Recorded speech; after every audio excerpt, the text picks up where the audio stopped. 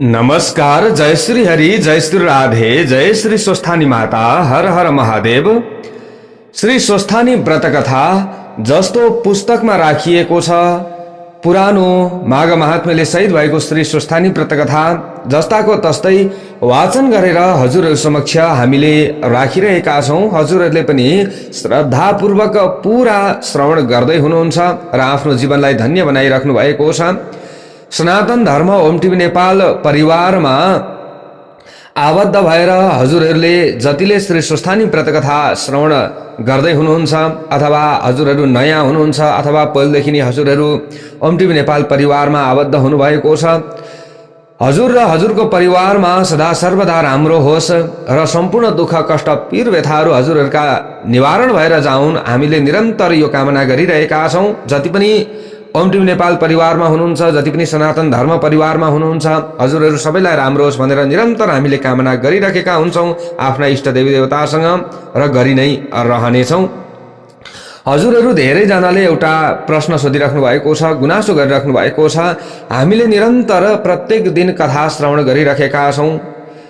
हजुरहरू कतिले त भन्नुभएको छ अगाडि अगाडिदेखि दोहोर्याएर तेर्याएर पनि बारम्बार हामीले कथा श्रवण गरिरहेका छौं। अब कथा श्रवणको पूर्ण फल प्राप्तिका लागि के गर्ने, के गर्दाखेरि चाहिँ कथा श्रवण त गरियो तर पूरा फल प्राप्त चाहिँ कसरी गर्न सकिन्छ, हजुरहरू धेरैजनाले यो प्रश्न सोधिराख्नु भएको छ। हामीले अगाडि पनि जानकारी दिएका थियौं, कथा श्रवणको पूर्ण फल प्राप्तिका लागि जुन होम हवन हो अन्तिममा गर्नुपर्ने हामीले गर्दै आइरहेका छौं। अगाडि अगाडिको वर्षमा पनि सानोतिनो जस्तो हिसाबले हामीले सकेका थियौं त्यस्तै हिसाबले गरिराखेका थियौं। अब यसपालि पनि हजुरहरू कतिजना परदेशमा हुनुहुन्छ, कतिजना स्वदेशमै हुनुहुन्छ होला, हामीले जानकारी गराएका थियौं। यदि काठमाडौँको आसपासमा हुनुहुन्छ, नजिकै हुनुहुन्छ भने हजुरहरू स्वयं आफू उपस्थित भएर आफूले घरबाट थोरै केही चरुहरू ल्याएर आउन सक्नुहुनेछ। हाम्रो यो सनातन धर्म ओम टिभी नेपाल परिवारको जुन कार्यालय रहेको छ, यही हामीले जहाँ वाचन गरिरहेका छौं त्यहीँनेरि होम हवन पनि हामीले गराउँछौं। चाहे हजुरहरू उपस्थित नभए पनि हामीले गराउँदै आइरहेका हौं। अझ अब यसपालि त हजुरहरू उपस्थित हुन सक्नुहुन्छ भने अलिकति थोरै भए पनि ठाउँ छ। अब पहिलेको वर्षमा थिएन, अब यसपालि अलिकति थोरै भए पनि ठाउँ उपलब्ध भएका कारणले गर्दा हजुरहरू आउन सक्नुहुन्छ।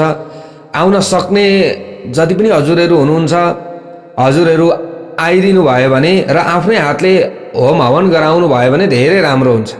गुरुहरूबाट पनि होम हवन त हुन्छ तर अन्तिममा अलिकति थोरै भए पनि आफूले हवन गराउन सक्नुभयो थोरै समय लिएर आएर भने धेरै हजुरहरूले कथा श्रवण गरेको पुण्य फल पनि प्राप्त गर्न सक्नुहुनेछ। अथवा हजुरहरू परदेशमा हुनुहुन्छ, सक्नु भएन भने पनि हजुरहरूले आउन सक्नु भएन स्वदेशमै भएर पनि अथवा परदेशमै भएर पनि भने नाम टिपाइदिन सक्नुहुन्छ, आफ्नो नाम र गोत्र टिपाइदिन सक्नुहुन्छ। यसो भयो भने हामीले सबैको नाम गोत्रहरू उच्चारण गरेर होम हवन गराइदिनेछौँ, जसले गर्दा हजुरहरूलाई अथाह पुण्य पनि प्राप्ति हुन्छ र भगवानको कृपा आशीर्वादले घर परिवारमा सुबे फापे सुख शान्ति पनि प्राप्ति हुन्छ, हजुरहरूलाई सफलता पनि प्राप्ति हुँदै जानेछ। हामीले हजुरहरूले जुन यो जिज्ञासा राख्नु भएको थियो त्यही जिज्ञासा राखे अनुसार नै, प्रश्न राखे अनुसार नै यो उत्तर दिने प्रयास गरेका छौं ताकि हजुरहरूलाई पनि सहज होस् भनेर। अथवा हजुरहरूले धेरैजनाले कथा श्रवणको पुण्य फल प्राप्ति होस् भन्नका लागि सेवा दक्षिणाहरू पनि धेरैले पठाउनु भएको छ। अझै कतिजना हजुरहरू झुकिराख्नु भएको छ, परदेशमा छौं हामी, केमा पठाउने होला, कसो गर्ने होला भनेर हजुरहरू झुकिराख्नु भएको छ। पूर्वपरारै हामीले कथा गरेका थियौं, गणेश पुराणबाट धेरैजनाले एकाउन्ट नम्बर राख्नु भएको रहेछ, त्यहीबाट हजुरहरूले सेवा दक्षिणा पठाइराख्नु भएको छ। हजुरहरू जतिजनाले एकाउन्ट नम्बर पाउनु भएको छैन हामीले तल डिस्क्रिप्सनमा राखिदिनेछौँ। हजुरहरूले आफूले हेर्न आएन भने आफ्नो नानी बाबुहरूलाई यहाँ मुनिपट्टि डिस्क्रिप्सनमा राखिदिनु भएको छ अरे गुरुले, कहाँनिर छ भनेर हेर्न लगाउन पनि सक्नुहुनेछ। आफूले आयो भने आफूले हेर्न पनि सक्नुहुनेछ, त्यहाँबाट हजुरहरूले टिप्न सक्नुहुनेछ र त्यसैमा आफूले केही सकेको सेवा दक्षिणा पठाएर पुण्य फल पनि प्राप्त गर्न सक्नुहुनेछ। किनभने यो सौभाग्य, यो अवसर तपाईँ हामीलाई अहिले कति सजिलो छ, कति चाहिँ मजाको माध्यम छ र हामीले पनि यसरी कथा श्रवण गराउन पाएका छौं र आफ्नो धर्मको प्रचार तपाई हामी सबैले गर्नुपर्दछ। यो उद्देश्य हो, ताकि आफ्नो स्वार्थका लागि मात्रै होइन परमार्थका लागि हो नि त यो गर्ने भनेको। हामीले 1-2 रुपियाँ कसैलाई दान गर्दाखेरि पनि हामीलाई नि पुण्य प्राप्ति हुने हो, कसैले न हाम्रो पुण्य खोसेर लान्छ न केही हुन्छ, र हामीले पनि प्राप्त गरेको दानलाई सही सदुपयोग गर्न पर्दछ, नभए त्यो खेर जान्छ। त्यसले दान दिने व्यक्ति पनि सही हुनुपर्छ र लिने व्यक्ति पनि सही हुन पर्दछ र सही ठाउँमा दान पुग्नु पर्दछ। यो तपाईँ हाम्रो सबैको उद्देश्य रहन्छ। र आफ्नो धर्मको प्रचारका लागि हजुरहरूले धेरैभन्दा धेरै भिडियोलाई सेयर गरिदिनु भएको छ, हामीले देखिरहेका छौँ र हाम्रो हातलाई पनि पवित्र गराइरहेका छौँ। हाम्रो यही त हो नि। हेर्नुहोस्, हामीले आफ्नो धर्मको प्रचार गरेनौँ भने कसले गर्छ? हामीले आफूले यसरी सकेका छौँ, हजुरहरूले आफूले सकेको तरिकाले गर्नुहोला, यो त हो नि। हेर्नुहोस्, अन्य धर्ममा कति प्रचारबाजी हुन्छ, तर हामी चाहिँ खुम्चिएर बसेका छौँ। हामीमा यो सोच छ कि कसैले केही भन्छ कि अथवा कसैले के गरिदिन्छ कि त्यसका फाइदाका लागि, त्यसका चाहिँ कुफाइदाका लागि हामीले यो हेर्छौँ। त्यसैले आफू राम्रो हौँ, आफूभित्र राम्रो चाहिँ भाव आओस् न, त्यस पछाडि त अरूले जेसुकै भनोस् कि जसोसुकै गरोस् कि आफूले आफ्नो धर्मको प्रचार गर्ने हो। भगवान्ले हामीलाई यही कार्यका लागि पठाउनु भयो, तर हामीले आफ्नो स्वार्थका लागि मात्रै लागि पर्यौँ। यसरी हुँदैन। हजुरहरूले लाइक गरिदिएर कमेन्ट गरिदिएर पनि हौसला प्रदान गरिदिनु भएको छ। धेरैभन्दा धेरै हजुरहरूले भिडियोको सेयर गरिदिन सक्नुहुन्छ। यो हो हाम्रा लागि सबैभन्दा ठुलो पुण्यको कार्य भनेको। र मैले बारम्बार भनेको छु, हजुरहरूलाई यहाँ उपस्थित हुन असम्भव भयो भने आफ्नो नाम र गोत्र टिपाइदिनु होला। यहाँ तल व्हाट्सएप नम्बर राखिएको छ, तल हजुरहरूले हेर्नु होला व्हाट्सएप नम्बर। त्यसमा व्हाट्सएप नम्बर छ, त्यसैमा डाइरेक्ट कल पनि लाग्छ। अनि हजुरहरूले सामाजिक सञ्जालमा जस्तै फेसबुकतिर जोडिन चाहनुहुन्छ भने टिकाराम पौडेल भनेर फेसबुक छ, त्यहाँनिर जोडिन सक्नुहुन्छ, अथवा टिका पौडेल भनेको पेज छ, त्यहाँनिर हजुरहरू जोडिएर पनि आफूले चाहिँ नामहरू टिपाउन सक्नुहुन्छ। फोन कोही बेला नउठ्न सक्छ, कोही बेला नलाग्न सक्छ, कोही बेला मेसेजहरू रिप्लाई नदिन सकिन्छ। त्यसैले फेसबुकमा हजुरहरू एड हुनुभयो भने कुनै न कुनै समयमा त त्यहाँ त हेरिहालिन्छ। त्यो भइसकेपछि हजुरहरू छुट्नु पनि हुन्न। यो छोटो जानकारी पनि हजुरहरूले लिन चाहनु भएको थियो कि परदेशमा हुनेहरूले के गर्ने होला, स्वदेशमा हुनेहरूले के गर्ने होला। कथा त सुनेका छौँ, तर कसो गर्ने होला, कथा मात्र श्रवण गर्नुहोस् भनेर गुरुले भन्नुभएको थियो पहिली। हामीले कथा त श्रवण गरिराखेका छौँ, तर अब अन्तिममा चाहिँ के गर्ने होला भन्ने हजुरहरूमा यो भाव, यो जुन जिज्ञासा, यो जुन प्रश्न छ, यो प्रश्न, यो अन्योलताको निवारण मैले हजुरहरूलाई गरिदिएको छु। अब अन्य भागमा पनि म जानकारी त दिनेछु। हजुरहरूले जसरी भए पनि आफूले पुण्य प्राप्तिका लागि गर्नुपर्ने कर्महरू गर्नुहोला। आउनुहोस्, सर्वप्रथम हामीले ध्यान गरौँ अनि कथा श्रवण पुरा हजुरहरूले गर्नुहोला। अन्तिमको पुष्पाञ्जली सहित हजुरहरूले पुरा कथा श्रवण गर्नुहोला।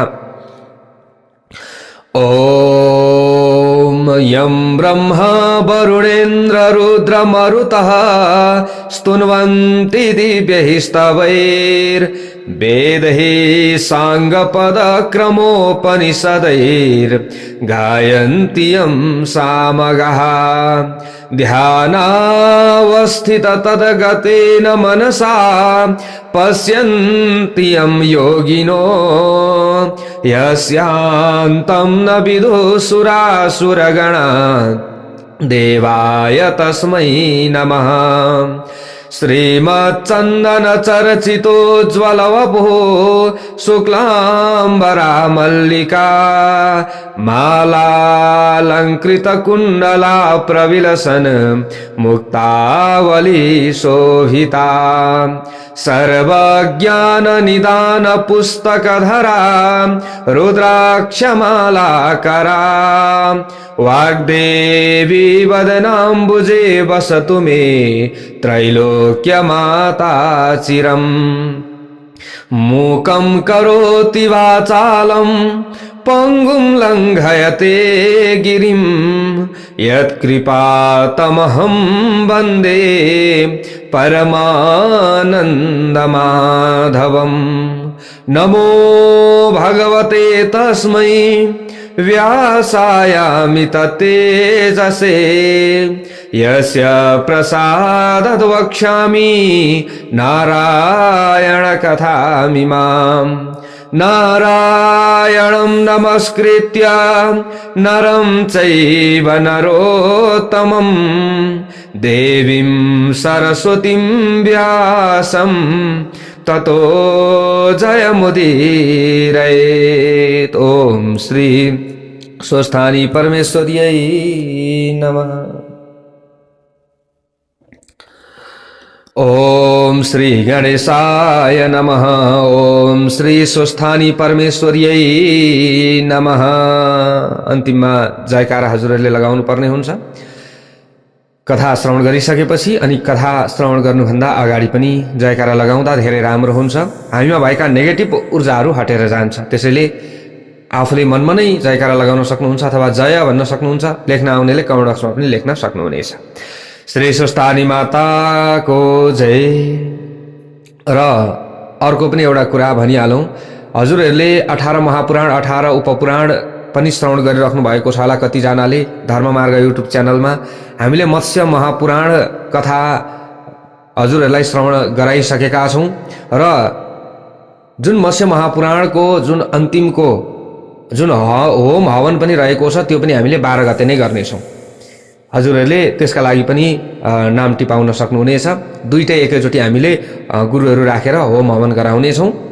मत्स्य महापुराणको पनि अब अगाडिको त हामीले थोरै तरिकाले होम हवन गराइराखेका छौँ। 18 महापुराण 18 उपपुराण धर्ममार्ग युट्युब च्यानलबाट हजुरहरूले जतिले श्रवण गर्दै हुनुहुन्छ हजुरहरूले पनि पुण्यफल पुरा प्राप्त गर्नु नै हुनेछ। आउनुहोस् अब स्वस्थानी व्रतकथातर्फ अगाडि बढौँ। अथ 29 तब अगस्त्य मुनिले विनय पूर्वक फेरि स्कन्द कुमारलाई सोध्नुभयो, हे स्कन्द कुमार, तपाईका मुखारविन्दबाट सृष्टिको सारा क्रम र भगवान श्रीहरि विष्णुका छलले श्री महादेवजीसित विवाह भएकी दक्ष प्रजापतिकी छोरी उमाको पवित्र चरित्र तथा दक्ष प्रजापतिकै यज्ञ कुण्डमा हामफाली प्राण त्यागेर पछि हिमालय की पुत्री भई जन्म लिएकी पार्वतीले स्वर्गमा श्री स्वस्थानी भगवतीको व्रत पूजा गरेर फेरि भगवान शिवजीलाई नै पति पाएकी अनि पार्वतीकै आज्ञाले पाताल पुगेर अश्वत्थामा ऋषिले प्रचार गरेको श्री स्वस्थानी देवीको व्रत पूजाका प्रभावले ती दुखिनी नागिनीहरू आफ्नो मनोरथ पूरा भई असंख्य सम्पत्ति पाई रमाएको तथा पार्वतीकै आज्ञाले मर्त्य मण्डलमा आई सप्त ऋषिहरूले ती अत्यन्त दुखिनी गोमा नामकी ब्राह्मणीलाई श्री स्वस्थानी देवीको व्रत पूजा गराई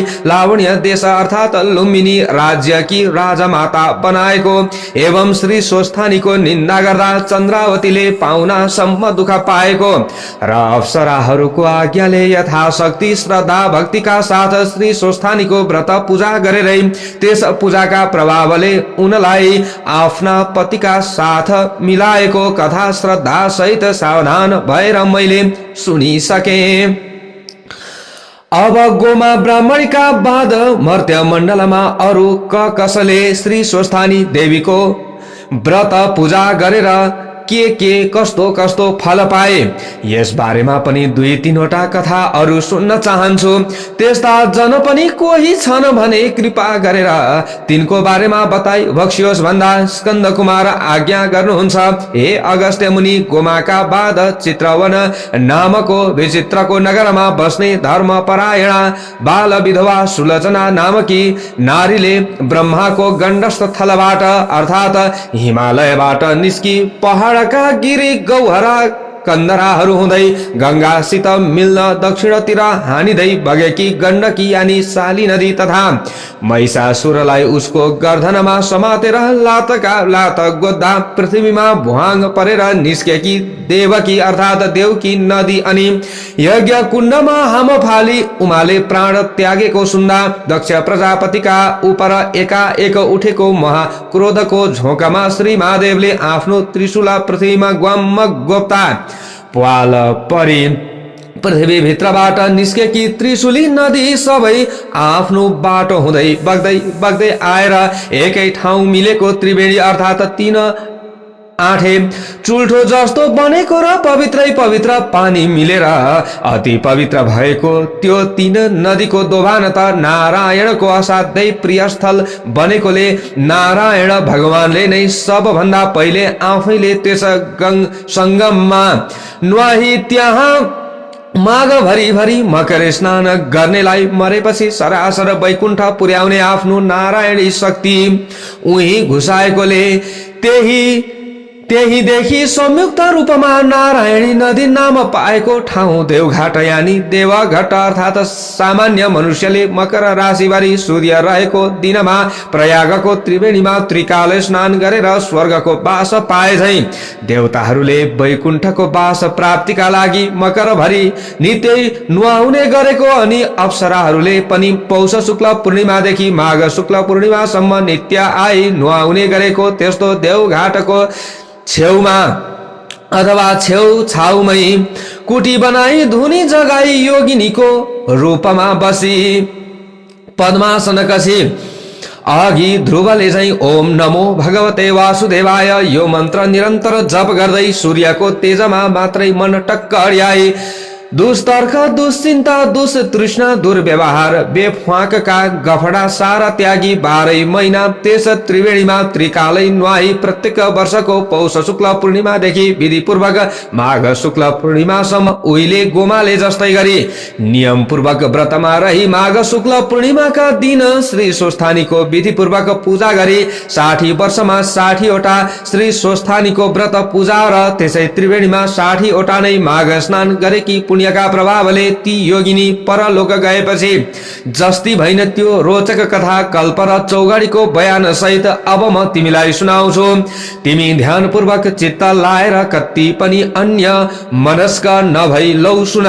हे अगस्त्य मुनि, पूर्व जन्म हुन्छ भन्ने कुरामा पूर्ण विश्वास नभइकन धर्म कर्म गर्नमा सही श्रद्धा रहँदैन। तसर्थ तिमी पहिले पुनर्जन्म हुने कारणहरू सुन। सत्व गुण, रजो गुण, तमो गुण मिलेका सूर्यका किरण रहने आकाशमा सत्व गुण प्रधान रहेको समयलाई सत्ययुग अनि रजो गुण प्रधान रहेको समयलाई त्रेतायुग तथा रज र तम मिलेर प्रधान रहेको समयलाई द्वापर युग र तमो गुण मात्र प्रधान रहेको समयलाई कलियुग भनिन्छ। सत्व भनेको असल हो, रज भनेको उद्दण्ड हो र कली भनेको महालण्ठ हो। उक्त चारै युगको समूहलाई चौघडी भन्दछन्। यस्ता 72 चौघडीको आधा कल्प या ब्रह्माको 1 दिन हुन्छ अनि त्यति नै समय ब्रह्माको रात पनि हुन्छ।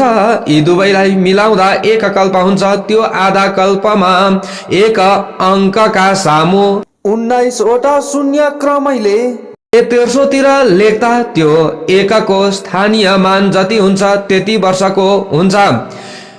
यी 72 वटा कलियुगमा तत्कालीन ब्राह्मणहरूले आफ्ना पुर्खा आर्यवर्तका ब्राह्मण वर्गले आफ्नै सन्तानहरूले मात्र सिद्ध गर्न सक्ने गरी थाती छोडेर गएको ब्रह्माण्ड विजय योग शक्तिको साधना गर्न बिलासिएर च्यात्तै छोडिदिन्छन् र तिनीहरूको जे चितायो त्यही गर्न सक्ने शक्ति बिलाएपछि पहिलेका 3 युगसम्म योग बलले चुमुर्क्याइएका दानवहरूले सूर्य अस्ताएपछि राक्षसी शक्ति बढ्ने अन्धकार रातको पालो आए झै मौका पाएर आफ्नो दानवी भौतिक शक्तिको विकासको लागि भूमिभित्रबाट निकालिएका गो रूपधारी पृथ्वी माताका हाड रूपी फलाम कोइलाहरू अनि कलेजा फोक्सा रूपी अरू खनिज पदार्थहरू तथा बोसो रूप खनिज तेलहरू एवं सास रूपी भापहरू निकालिएर खोक्री मरणासन्न भएर नारायण नारायण भन्दै आर्त स्वरले पुकार्न थालेकी पृथ्वीलाई देखि नारायण भगवानले त्यति नै समयका लागि पृथ्वीलाई आफ्नो प्रलय यानी डुबाउने शक्तिको प्रयोग गरी समुद्रले ढाकिदिनुहुन्छ। त्यस प्रलय कालमा पनि तातो न तातो सूर्य र चिसो न चिसो समुद्र यी दुवै नै निराधार आकाशमा आफ्ना ठाउँमा झुन्डिएकै रहन्छन्। तिनै दुई सूर्य समुद्र नै पुरुष अर्थात भाले र प्रकृति यानी पोथी हुनाले यिनको सृष्टि कहिले भयो, कसरी भयो र यिनको विनाश कहिले हुन्छ, कसरी हुन्छ भन्ने निधो अझसम्म कसैले पनि निर्क्योल गर्न सकेका छैनन्। त्यसै ढाकिएको प्रलय कालको मौकामा नै प्राणीका काटिएका ठाउँमा घाउ पलाए झै पृथ्वी माताका सबै अंग प्रत्यङ्गहरू पलाएर तयार भइसक्छन् अनि विष्णुकै शक्ति वराह प्रभुले आफ्नो वराह शक्ति अर्थात वार भनेको पानीलाई आ माने आसमन्तात चारैतिर ह भनेको हटाउने शक्ति प्रयोग गरी प्रत्येक वर्ष माघे संक्रान्तिको 7 दिन पहिलेदेखि 7 दिन पछिसम्म गंगा सागरमा रहेको कपिल मुनिको आश्रम माथिको त्यो डुबाएर रहेको समुद्रको पानीलाई चारैतिर हटाएर त्यस आश्रमलाई उदङ्ग्याए झै नै पूरा समुद्रको 4 भागको 1 भाग जतिमा रहेको 7 द्वीपमाथिको पानी हटाइदिनुहुन्छ। त्यसै नडुबेको र डुबेर नउदाङ्गाए सम्मको समयलाई एक कल्प भनिन्छ। हे अगस्त्य मुनि, यस्ता कल्प कति बिते कति भनेर अथवा गनेर साध्य छैन।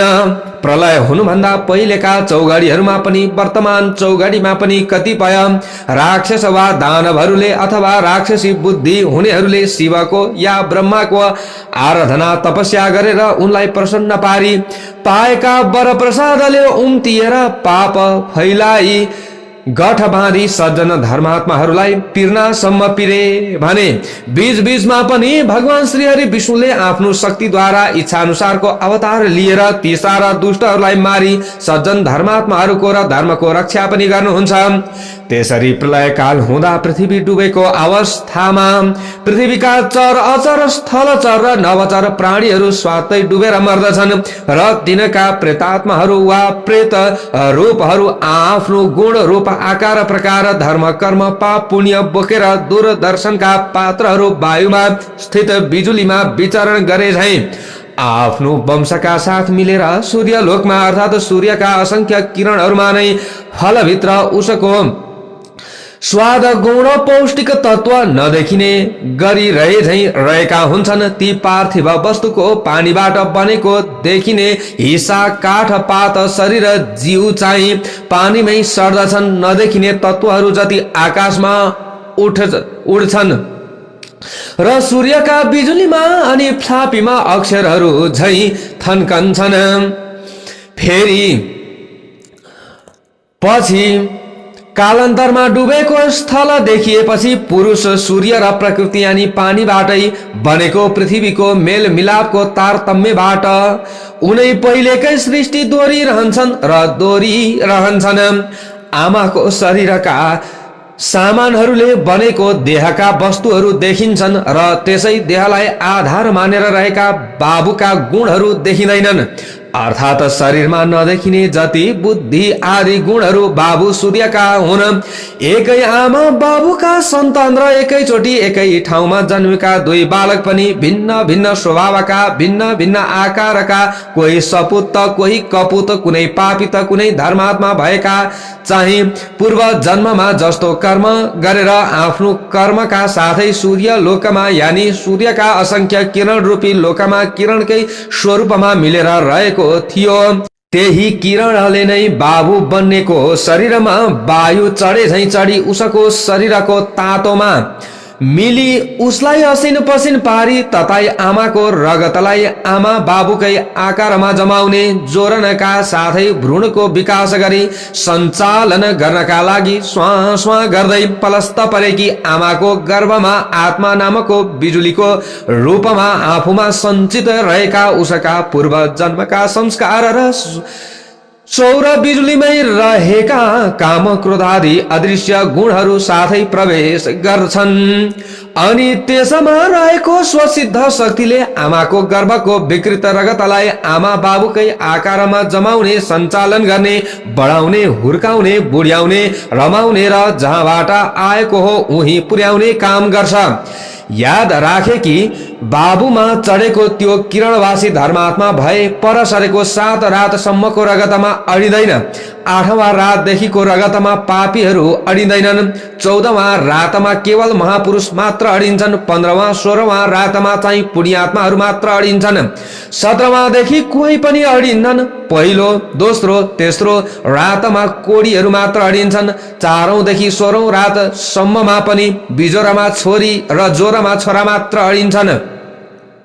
दिनमा पनि ग्रहण आदिमा, श्राद्धको दिनमा, एक छाकीको दिनमा, मूल नक्षत्रमा, मघान्तमा अनि यस्तै प्रकारले रेवतीमा, अष्टमीमा, चतुर्दशीमा, जन्मदिनमा, औँसी पूर्णिमा रहेको गर्भमा अलक्षिणा अडिन्छन्। 7 रातसम्म पापी मात्र अडिने, पापी रगत शरीरमा रहने हुनाले त्यतिखेर ती पितृ कार्यका लागि चोखिँदैनन्। प्राय 90% गर्भ यसै 7 रातभित्रै रहेका हुन्छन्। तसर्थ जहाँबाट आएको हो त्यहाँ फर्कनलाई यहाँ कस्तो कस्तो कर्म गर्नुपर्छ। पहिलेको सञ्चित अभ्यासले त्यस्तै त्यस्तै कर्म गर्छ र त्यस्तै कर्म गर्न उरमाउँछ र गर्छ पनि। यसैको नाउँ स्वभाव हो। यसैको नाउँलाई के भनिन्छ? स्वभाव भनिन्छ। त्यसैले भिन्न भिन्न किरण लोकबाट आएका उही जातका पनि भिन्न भिन्न प्राणी वा मनुष्यको भिन्न भिन्न स्वभाव यस प्राणी जगतमा भएको हो। तसर्थ त्यो प्राणी जबसम्म विष्णुको कृपा पात्र हुँदैन तबसम्म त्यसै भुमरीमा चक्कर लगाइरहन्छ। यसैलाई शिशुमार चक्र अर्थात् जुन जन्मनु र मर्नुको फेरो भनेर भनिन्छ। पुराणमा जति देवता र जति लोक छन् ती सबै त्यो शक्ति हुने सूर्यका विभिन्न किरणकै नाम हुन् भनी वेदमा बताइएको छ। अर्थात् वेदका तिनै कुरालाई पुराणमा प्रस्ट्याइएको हो। हामी प्राणीहरू केवल सूर्यको प्रकाशलाई मात्र देख्दछौँ र तीद्वारा प्रकाशित वस्तुलाई जान्दछौँ मात्र। प्रकाश नपरेको वस्तुलाई देख्दैनौँ। प्रकाशलाई अन्धकारले छेक्दैन।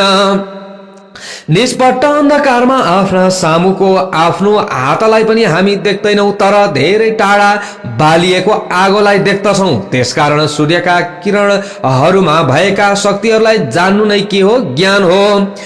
यस्तो यो ज्ञान प्राप्त गर्नका लागि जसरी युवतीको युवकमा र युवकको युवतीमा उनको भित्री अन्तःकरणमा निरन्तर तन मनस्कता रहन्छ, त्यस्तै तन मनस्कता आकाशभरि ढाकी रहेको सूर्यको तेजमा 12 वर्ष रहिरह्यो भने त्यो तेज हृदयभित्रै झल्कन्छ र सकल ज्ञान पनि प्राप्त हुन्छ। यस्तो जनलाई ज्ञानी भन्दछन्।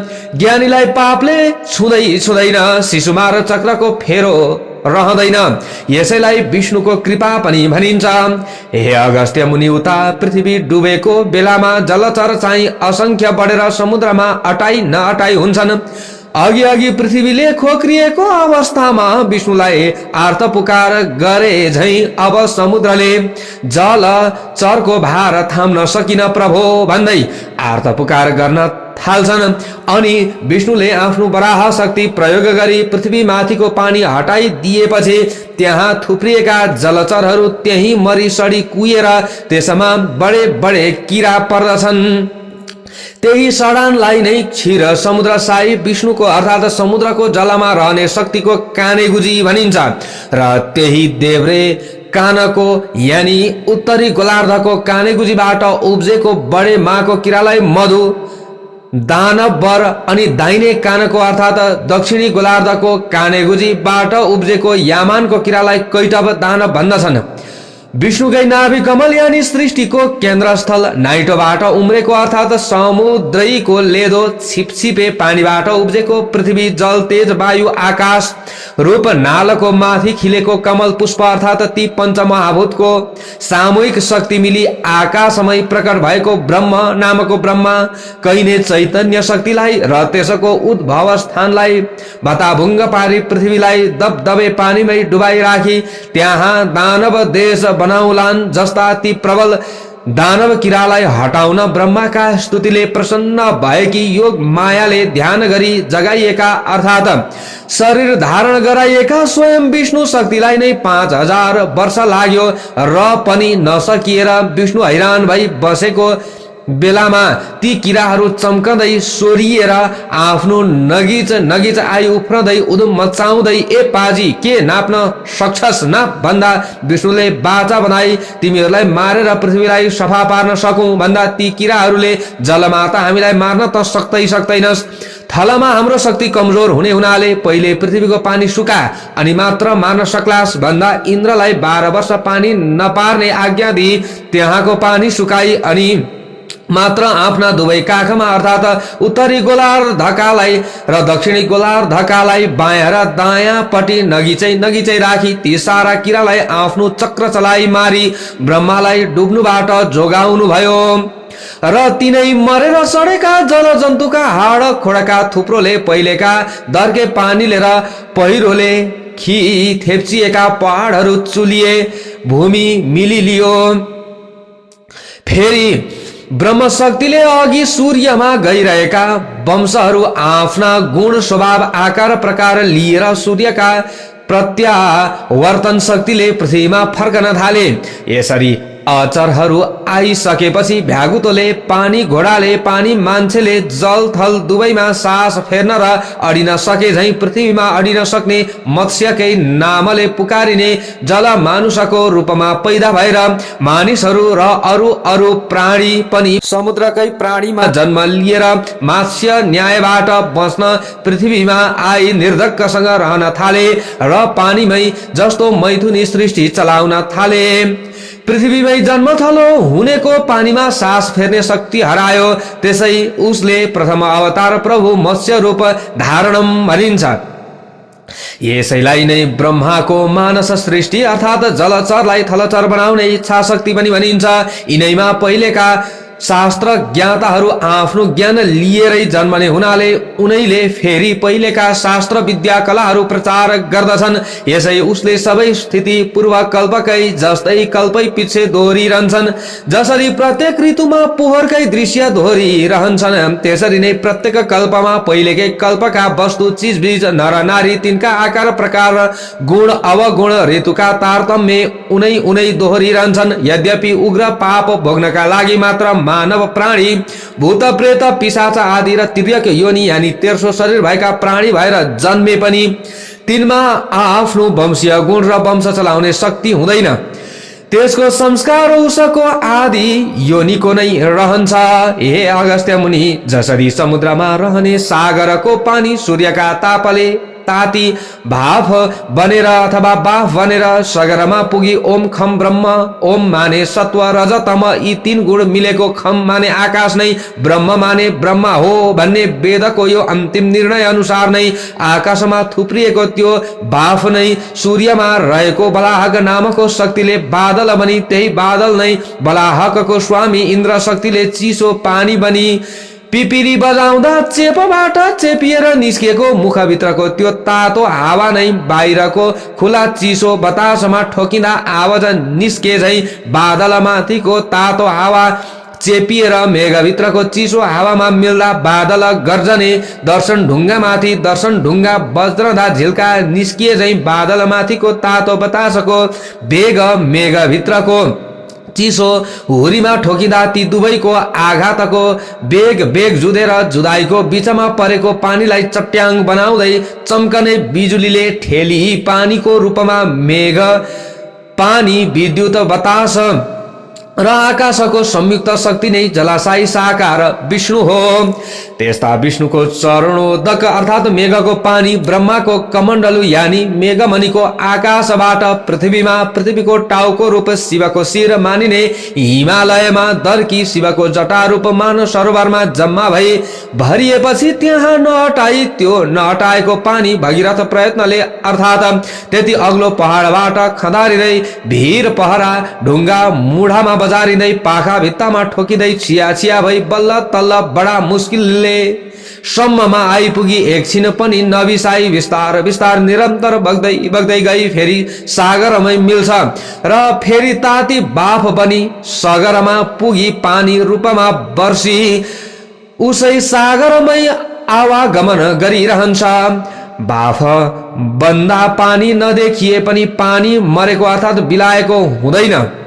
जसरी अन्न फलफुलमा रहेको पोषक तत्व गुण स्वाद देखिँदैन तर खाएपछि अनुभवले छ हुन्छ भन्ने थाहा हुन्छ, त्यसरी नै पानीबाटै बनेको यो शरीर पनि सूर्यबाट मिलेको त्यसमा रहेको शक्ति नदेखिए पनि बिलाएको हुँदैन। त्यसैले त्यसरी नै यो सृष्टि स्थिति प्रलयको आवागमन पनि भइरहन्छ। पानीको यस्तो आवागमन देखेर पानीबाट बनेको यो शरीरको पनि आवागमन भइरहन्छ भन्ने कुरो यसै अनुमानले ठम्ब्याउनु पर्छ। यही आवागमन भइरहने हुनाले यसका सञ्चालक भगवान विष्णुलाई चक्रपाणी अर्थात हातमा चक्र लिएर सृष्टि स्थिति प्रलयको रूपमा घुमाइरहने भन्दछन्। यिनै सब कारणले आकाशको जललाई विष्णुको चरणोदक र सृष्टि स्थिति प्रलयको आदि कारण वर्षेको जल नै हुनाले विष्णुलाई जलसाई भन्दछन्। क्षीरसागरमा शेष शय्या गरी सुतेका लक्ष्मी युक्त अर्थात क्षीर माने दूध झैं सेतो प्रकाशमय, सागर माने अथाह आकाशमा व्याप्त विद्युत नै निराकार विष्णु हो र त्यस विद्युतमा निहित शक्ति नै लक्ष्मी हो भने प्रकृति रूप जललाई अङ्गाली मेघ रूप धारण गर्ने शक्ति सम्पन्न विद्युत चाहिँ विष्णुको साकार रूप हो। यद्यपि समुद्रमा बडवा नल नामले व्याप्त रहेको विद्युत पनि सूर्यबाटै समुद्रले संग्रह गरेको हो तापनि आकाश रूप क्षीर सागरमा रहेको विद्युत निठा तातो हुनाले ऊ पुरुष हो र जल रूप क्षीर सागरमा रहेको विद्युत चिसो तातो मिलेकाले प्रकृति हो। पुरुष भाले हो र प्रकृति पोथी हो। भाले पोथीको मेलबाटै सृष्टि क्रम चल्ने हुनाले दुवैको विद्युत तातो मिली एउटै आत्मा बने पनि भाले पक्षको शक्तिलाई परमात्मा भनिन्छ र पोथी पक्षको शक्तिलाई जीवात्मा भनिन्छ। परमात्माले शरीर सञ्चालनका लागि आवश्यक पर्ने बल, विद्या, वाणी आदि शक्ति समस्त शक्ति दिए पनि तिनलाई प्रयोगमा ल्याउने काम जीवात्माले गर्छ र त्यस कर्मको भोग पनि जीवात्माले नै भोग्छ। परमात्मा त केवल उसका कामको साक्षी मात्र भएर रहन्छ। यसैले हामीले झुटो बोल्दा साथै साक्षीले झुटो भन्ने बकिरहेको हुन्छ। एउटै आत्मा भए एकैचोटि दुई कुरो बक्न सक्ने थिएन भन्नेहरूलाई द्वैतवादी भन्दछन् र आखिर समुद्रले धारण गरेको विद्युत पनि सूर्यकै बिजुली त हो नि। जसरी अरू शक्ति देखिए अथवा जसरी अरू शक्ति दिए त्यो द्वैत शक्ति पनि दिए र ऊ दिन्छ मात्रै स्वयं भोग गर्दैन भन्नेहरूलाई एकेश्वरवादी भन्दछन्। हे अगस्त्य मुनि, अहिलेसम्मको मेरो भनाइले त्यो विष्णु त जडात्मक पो रहेछ अथवा जड पो रहेछ अथवा जडात्मक पो रहेछ भन्ने भान तिमीलाई पर्यो होला। त्यस्तो भान हुनु स्वाभाविकै पनि हो, किन्तु जल थल तारा नक्षत्र ग्रह गण सहितको समस्त आकाशमा व्याप्त भएर रहेको त्यो विद्युत रूप विष्णु त सदाचित अनि सदा सतचित आनन्दमय स्वरूपमा रहेको छ। तसर्थ आफ्ना भक्तहरूले त्यो तेज रूपमा शङ्ख चक्र गदा पद्म लिएका पीताम्बर पहिरेका मनुष्य आकारको रूपमा ध्यान गरे या स्तुति प्रार्थना आर्त पुकार गरे भने आफूमा हरेको चित माने चैतन्य शक्तिद्वारा भक्तले चिताए जस्तै प्रत्यक्ष रूपधारी भक्तहरूको आपत्ति टारिदिनुहुन्छ, आशीर्वाद दिएर दुःख हरिदिनुहुन्छ। कुनै दुष्टले धर्म नाश गर्न तम्स्यो भने इच्छा अनुसारको रूपधारी त्यसलाई निभाइदिनुहुन्छ। धर्म र धर्मात्माहरूको नाश गर्ने दुष्टहरूको विशाल दल भए अवतार लिएर युद्ध रची त्यसै युद्धमा सारा पापीहरूलाई भेला पारी तिनलाई स्वाहा पारिदिनुहुन्छ। आफ्नो सदा ध्यान गर्ने भक्तहरूलाई उनमाथि आइपरेका आपत विपदबाट रक्षा गरिदिनुहुन्छ। कहिलेकाहीँ लहर चल्यो भने साधारण रूपधारी धराई लक्ष्मी या गंगा या सरस्वतीका साथ रमण पनि गर्नुहुन्छ। उहाँका यस्ता लीलाहरूको बखान गरेर साध्य छैन। भगवानका यिनै सब लीला र मनुष्यहरूमा भिन्न भिन्न स्वभाव तथा गतिविधि एवं उनको विचारधारा हुनु नै पूर्व जन्मका अनुमानको कारण हो। यिनै सब कुरा नै हुन्। पूर्व जन्म हुने कारणहरूका प्रत्यक्ष विवरणहरू यिनै सब कुरा नै हुन्। हे अगस्त्य मुनि, तिमीले पूर्व जन्म हुने कारण सुनिसक्यौ, जान्यौ पनि। त्यसै कारण अब सुन यस मर्त्य मण्डलमा गोमाका बाद श्री स्वस्थानीको व्रत पूजा विधि पूर्वक गर्ने सुलोचनाको आख्यान। अहिले यतिखेर चलिरहेको कल्पलाई पद्मकल्प भन्दछन्। यस कल्पको यो 28औं चौघडीको अन्तिम युगको प्रथम चरण चालु छ। यसभन्दा 11औं चौघडी पहिले अर्थात् 28औं चौघडीको त्रेतायुगको अन्तिम चरणमा हिमालय प्रान्तको पहाडी प्रदेशको दक्षिण भागमा रहेको नारायणी नदीको पूर्वपट्टि भएको चित्रवन नाम गरेको राज्यका शासक सुरसेन सिंह नामका राजा थिए। तिनको राजधानी नारायणगढ नामको नगर थियो। राजधानीमा भव्य बजार थियो। राज्यका अरू ठाउँ ठाउँमा पनि राम्रा राम्रा बजार सजिएका थिए। गाउँहरूमा किसानहरू र कालीगढहरू रहन्थे। किसानहरू खेती किसानी गर्थे भने कालीगढहरू राज्यका जनताहरूलाई चाहिने सरसामान बनाउँथे।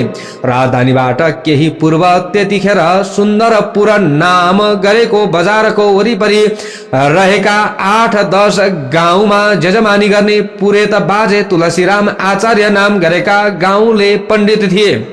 उनी हंस मुख मिलनसार परि आउँदा अरूलाई सकेको सघाउने, चतुर्मासाभरि गाउँवासीलाई पुराण सुनाउने अनि वैशाख पुरुषोत्तम कार्तिक एकादशीका महात्म्यहरू पनि तिथि महिनामा वा तिथिहरूमा बताउने, तिथि व्रतहरूको उद्यापन तथा पूजा पाठ अनि श्राद्ध न्वारण व्रतबन्ध विवाह आदि पनि शुद्धसँग विधिपूर्वक गराउने, परि आउँदा सप्ताह पनि भन्ने अनि हात हेर्ने, कुण्डली हेर्ने, चिना टिप्पण लेखिदिने तथा बिस्तुर नजाने झारफुक काम पनि गर्ने एवं टप्रटुइया घरेलु ओखती पनि गरी टोपल्ने हुनाले उनी उनका जजमानहरूका अत्यन्त प्रिय पात्र थिए। तिनकी मनोरमा नामकी धर्मपरायणा पत्नी थिइन्। उनले 2 छोरा मनी छोरी पाइन्। ती छोरी असाध्यै राम्री थिइन् र तिनका हेरिरहँ जस्ता आँखा हुनाले सबैले उनलाई सुलोचना भन्दथे। ती सानैदेखि शिलवती थिइन् अनि 12 वर्षकी भएपछि उनका बाबुले उनको विवाह कर्म नारायणीकै डिलमाथि नै बनेको भव्य मन्दिरमा रहेको सिद्धि विनायक नामका गणेशजीका पुजारीका लायक गुणी छोरा श्रुतधरका साथ गरिदिए। त्यस बेलाको रीति अनुसार पर नसरिकन घर नपठाउने चलन हुनाले बाबुले छोरी अन्माएनन्।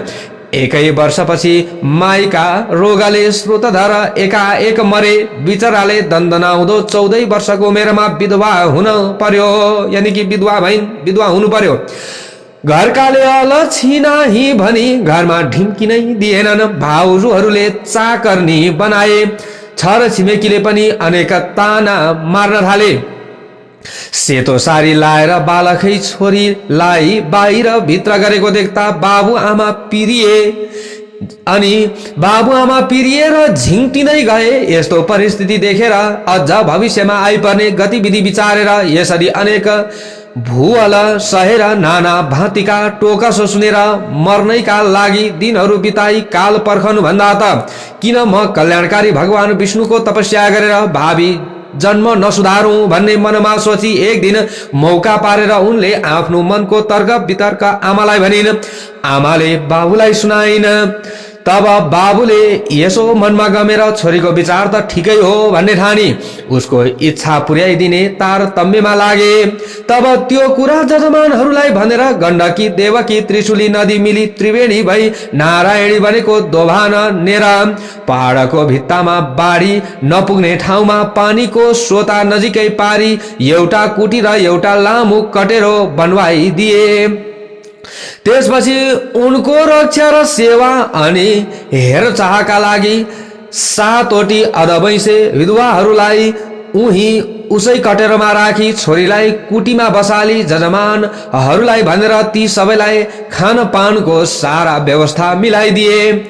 त्यसपछि ती बाल विधवा सुलोचना त्यसै कुटीमा बसेर सांसारिक सारा व्यवहार तजेर कामोत्तेजक विषय वासनाका बेफाका तर्क वितर्क गर्न र मनुष्य मण्डलीमा रहेर फतर्का मार्न च्यात्त छाडी त्यो 3 पवित्र नदी मिलेकोले त्रिवेणी नाम पाएको त्यस दोभानमा दिनहुँ तिनै काल प्रात मध्याह्न र साँझ नुहाएर आई कुटीमा बसी पद्मासन कसी निश्चल सोझो घाँटी गराई दुवै आँखाको हेराइलाई नाइटोसम्म पुर्याई सूर्यको जाज्वल्य तेजलाई आकाशभरि नै ढाकिएको सम्झी त्यस तेजमा मात्रै ध्यान अटल पारी त्यसै तेज राशिलाई विष्णुको स्वरूप मानी ओम नमो भगवते वासुदेवाय भन्ने यो विष्णु मन्त्र मात्रै जपे नारायण की अति भक्तिनी योगिनी भएर अत्यन्त कठिन तपस्या गर्न थालिन्।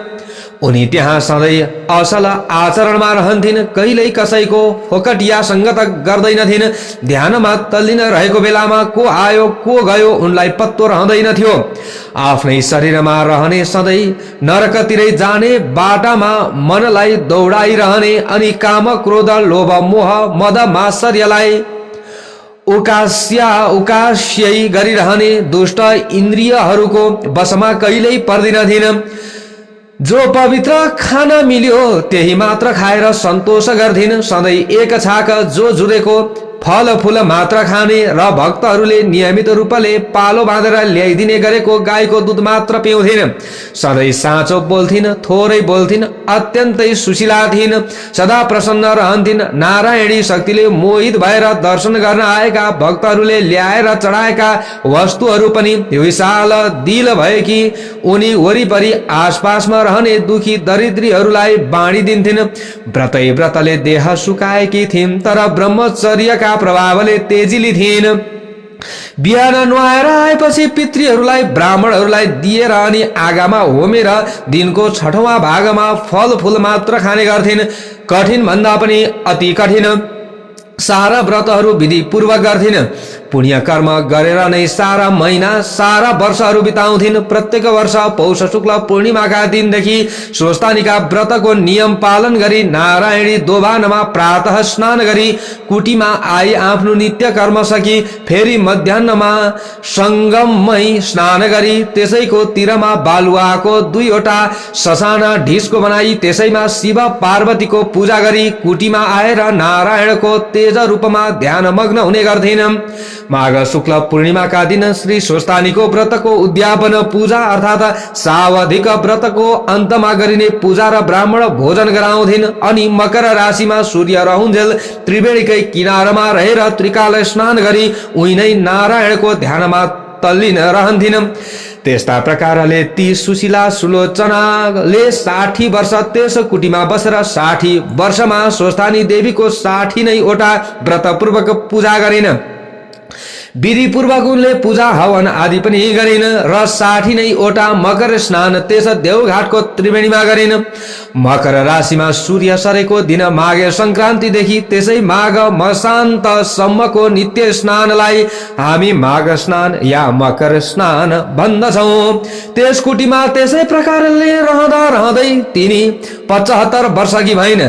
स्वस्थानीको 60वां पूजाको अन्तमा स्वयं स्वस्थानी देवी नै उनका सामु मात्रै प्रकट भएर त्यहाँ रहेका सबैले सुन्ने गरी भन्नुभयो, हे तपस्विनी, तिम्रो श्रद्धा भक्ति विश्वास पूर्वकको 60 वटा अटुट पूजाले म अत्यन्त प्रसन्न भए। अब तिमी यो मकर स्नान सकेर आगामी फाल्गुन शुक्ल पूर्णिमाका दिन मध्याह्न कालमा यस नारायणीको संगममा नै कम्मर कसेर पानीमा 3 डुबुल्की लाएर सूर्यलाई हात जोडी लामो श्वासले ओम भन्दा भन्दै यो शरीर यही त्यागेर आत्मा शरीरले सरासर वैकुण्ठ जाऊ भनी स्वस्थानी देवी अल्पिन यो कुरो थाहा पाएर त्यस दिन त्यस संगममा भक्तजनको कुण्डलो लागेको थियो। ठिक भनेकै बेलामा देवीले भने जस्तै गरी रहेकी उनको तालु पड्कियो र उनको अदृश्य जीवात्मा उडेर सरासर वैकुण्ठ गयो। पार्थिव शरीर पानीमै ढल्यो। भक्तजनहरूले उठाएर किनारमा ल्याए, सुताए र साराले फूल अर्पेर पूजा गरे। अनि खलियोका खलियो दाउराको चिता बनाएर त्यसमाथि त्यो मृत देह राखी सबैले मिली आफ्नो घर घरबाट ल्याएका पाथीका पाथी घिउ लासमाथि खन्याएर एउटा भक्तले दागबत्ती दियो र 10 गात्र क्रिया पनि गरिदियो तथा नियम पूर्वक बरखी बारी बरखी पनि गरिदियो। त्यसपछि तिनै भक्त पुत्रकी आमाले नै त्यस आश्रमको नाउँ नारायणी आश्रम राखी त्यही त्यसै गरी रहन लागिन। भक्तहरूले सुलोचनाको स्मृतिको लागि साधु सन्त तीर्थयात्री विद्यार्थीहरूका लागि त्यहाँ सदा व्रत राखिदिए।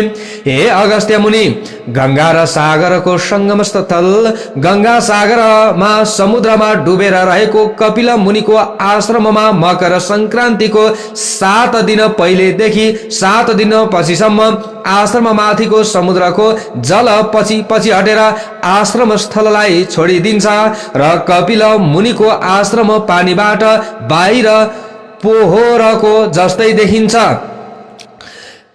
त्यसै गरी हरेक कल्पान्तमा पहिले पृथ्वीलाई डुबाएर रहेको समुद्रको पानी पछि पछि सरेर पृथ्वीलाई डुबाउन छोडिदिन्छ। त फेरि पहिलेका कल्पकै उही उही सृष्टि स्थिति उस्तै उस्तै प्रकारले दोहोरिने हुनाले आजसम्म पनि त्यो नारायणी आश्रमको परम्परा उसै गरी चलि नै रहेको छ। हे अगस्त्य मुनि, जब ती तपस्विनी सुलोचनाले देह त्याग गरिन् तब उनको जीवात्मा तत्काल वैकुण्ठ धाम पुग्यो। त श्री स्वस्थानीको आशीर्वाद र भगवान श्री हरि विष्णुको प्रसन्नताले गर्दा पद्मा नाम गरेकी अप्सराको रूप धारण गर्यो र विष्णुले आफ्ना इच्छा शक्तिले तयार पारिएको सबै ऐश्वर्यले भरिभराउ भएको नयाँ स्वर्गपुरीमा सकल सुख भोग भोग्दै 40 वटा युग अर्थात 10 चौघडीसम्म त्यही रहिन। त्यो स्वर्ग यसै शरीरका आँखाले देख्नका लागि जस्तै दूरदर्शक स्थानबाट विशेष कृत्रिम बिजुलीद्वारा अन्तरालको नदेखिने व्याप्त बिजुलीमा फ्याँकिएको अनि अदृश्य रूपमै त्यहाँको प्राकृतिक बिजुलीमा अदृश्य रूपले अनेक भएर फैलिएको दर्शक स्थानबाट फ्याँकिएको दृश्य जतासुकै देख्नलाई अर्कै यन्त्रको र विशेष बिजुलीको खाँचो पर्छ। त्यस्तै अन्तरालको बिजुलीमा अदृश्य रूपले रहेको त्यो स्वर्ग देख्नलाई पनि तपस्याले आफ्नै शरीरमा ऊर्जा जो आफ्नै शरीरमा उपार्जन गरेको दिव्य दृष्टि चाहिन्छ। आफ्नो शरीरमा जो दिव्य दृष्टि हामीले उपार्जन गर्छौं तब मात्र हामीले स्वर्ग देख्न सक्छौं। त्यस्तो त्यो दिव्य स्वर्गपुरीमा 40 वटा युग बिताएपछि एक दिन एकाएक टुप्लुक्क त्यहाँ आइपुगेका ब्रह्माले आफ्ना इच्छा शक्तिले उनको त्यो पद्मा शरीरलाई अत्यन्त राम्रो रूप र जीव ढालको शरीरमा परिवर्तन गरेर आफ्नै लोकमा लगी तिलोत्तमा नाम राखिदिनु भो र भन्नुभयो, हे तिलोत्तमा पुत्री, हे छोरी, तिम्रो यो अति राम्रो रूप राशिलाई देखेर म आफै पनि आश्चर्यचकित छु। त्यसकारण म तिम्रा पुण्यका प्रतापले बनेको यो शरीरलाई कहिल्यै पुण्य क्षय नहुने बरु बढ्दै जाने तथा सारा ऐश्वर्यले भरिभराउ भएको परम धाम सूर्यलोकमा पठाइदिन चाहन्छु, जहाँ गएर तिमी आकाशमा सूर्य भगवान रहुन्जेल यस्तै रूप र जीव डालले सकल सुख भोग भोग्दै रहिरहनेछौ। यस्तो सूर्यलोकमा पठाउन मैले मात्रै हुँदैन, समस्त देवताहरूको पनि सम्मति चाहिन्छ। तसर्थ तिमी देवताहरूलाई प्रसन्न पार्न उनीहरूका कट्टर शत्रु असाध्यै बलिया अचेल अजनाभ देश अर्थात भारतवर्षको मगध प्रान्तको विन्ध्याटवीको बिचमा रहेको अम्बिकापुरलाई राजधानी बनाई रहेका सुन्द अनि उपसुन्द नाम गरेका दानवलाई आफ्ना नक्कल झक्कलले मोहित पारी परस्परमा भिडाई मारेर आऊ जाऊ भनेर ब्रह्माजीले हराउनु भयो। यति भन्दै फेरि ब्रह्माजी भन्नुहुन्छ, अनि म त्यस कामले प्रसन्न भएका देवताहरूको सभा बसाउने छु र सभा बसाई तिमीलाई सूर्यलोक पठाउने प्रस्ताव सभामा राख्दछु। तिम्रो कामले रिझिएका देवताहरूले अवश्यै मेरो प्रस्ताव स्वीकार्नेछन्, तब म तिमीलाई सूर्यलोक पठाइदिनेछु भनेर हराएपछि ती तिलोत्तमा बनेकी सुलोचनाले तब तुरुन्तै ती दुई दैत्यलाई मार्न त्यो ब्रह्मलोकबाट बिना हातमा लिएर योग मार्गले अर्थात जहाँ चितायो उही पुगिने शक्तिले जहाँ ती दानव रहन्थे उही पुगिन्। त्यहाँको पवित्र जल भएकी रेवा नदीको जलमा नुहाएर कलेजी रङको सारी पहिरेर रङ मिल्दो चौबन्दी चोलो लाएर सारा श्रृङ्गार पटारका सामानले सजिएर पाउजेब र कर्दनी छम छम पार्दै चुराहरू छन छन छन्काउँदै पहाडी सोताको नजिकै रहेको अशोक वृक्षको मणि फेदमा रहेको केही अग्लो चेप्टो ढुङ्गामाथि बसेर सेतो चमेलीको फूलले बनेको गजरा शिरमाथि मेहराब आकारले सजेर रङ बिरङ्गका गुना केसरीका लहरा चुल्ठामा लड्काएर कञ्चन हारले कण्ठ सजाएर हल्लो लुर्कन कानमा लगाएर सुनिरहँ जस्तो मिठो गीत गाउँदै छवटै स्वरले बीणा बजाउँदै बसेकी हेरिरहँ जस्तो चन्द्रमाको चाँदनी जस्तै रूप भएकी नारीलाई ती सुन्द अनि उपसुन्दका सिपाहीहरूले देखेर छक्क पर्दै तुरुन्तै हाव झाँफ गर्दै सुन्द उपसुन्दका पास पुगेर हतारिँदै त्यस स्त्रीको बारम्बार वर्णन गर्दै भन्न लागे, हे महाराज, यहाँबाट नजिकै केही अगाडि नै साक्षात कामदेवलाई नै पनि मोहित पार्दै जस्ती देवी हो कि दानवी हो कि यवनी हो कि यक्षी हो कि को हो, स्त्रीहरूमा रत्न समान कि मानु रत्नै रत्नले बनेकी जस्ती सोह्रै श्रृङ्गारले सजिएकी कोही युवती मधुर स्वरमा बीणा बजाउँदै बसेकी छ।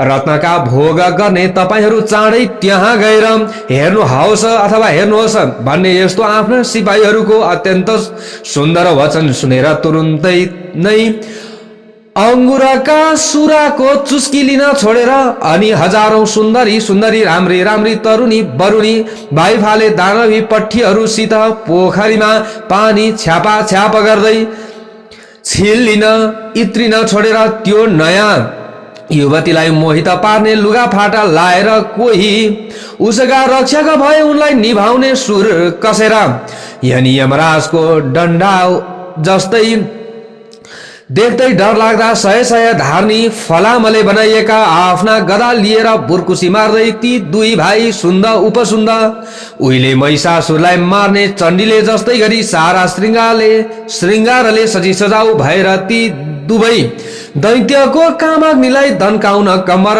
कसेर बसेकी त्यो तिलोत्तमा भाठौं पुगे र उनको अगाडि पुग्ने बित्तिकै उनको रूपराशिले लट्टिएका तथा सुराले उन्मत्त भएर पातिएका ती दुवै भाइले परस्परमा भन्न लागे, हे भाइ, यो सुन्दरी मेरी नै स्वास्नी हुन्छ। अर्कीले भन्न लाग्यो, फेरि अर्कीले भन्छ, हे दाइ, यसलाई तपाईं त्याग्नुहोस्, यो कर्के आँखावाली मेरी नै स्त्री हुन्छ भन्दै मेरी मेरी भनेर जङ्गिँदा जङ्गिँदै काल नगिचिएका मत्ता हात्ती जस्ता ती दुवै दाजु भाइ आफ्नो गदाले परस्परमा हानाहान गरेर ठटाउन लागे त ती दुवै भाइ मरेर त्यही भुइँमा लम्पसार परे। त्यसपछि ती तिलोत्तमा पनि देवताहरूको कार्य फत्ते पारेर दशै दिशालाई झललल्ल झल्काउँदै आकाश मार्गले ब्रह्माको पुरमा आइन्। अनि उनका त्यस कामले अति सन्तुष्ट भएका ब्रह्माजीले देवताहरूको सभा बसाएर ती तिलोत्तमाका कामको वृत्तान्त बताए र बताएर उनीहरूबाट तिलोत्तमालाई सूर्य लोक पठाउने अनुमति पाएपछि ब्रह्माजीले भन्नुभयो, हे सुन्दरी, अब उपरान्त तिमीलाई यस्तै रूप यस्तै उमेरकी रहिरहने गरी बस्ने ठाउँ सूर्यको रथमा दिए। अब तिमी जाऊ, तिमी उही जाऊ र आकाशमा सूर्य रहुन्जेल तिम्रा इच्छा अनुसारका अनेक सुख भोगहरू भोग्दै उही रहिरहु भनी पठाइदिए।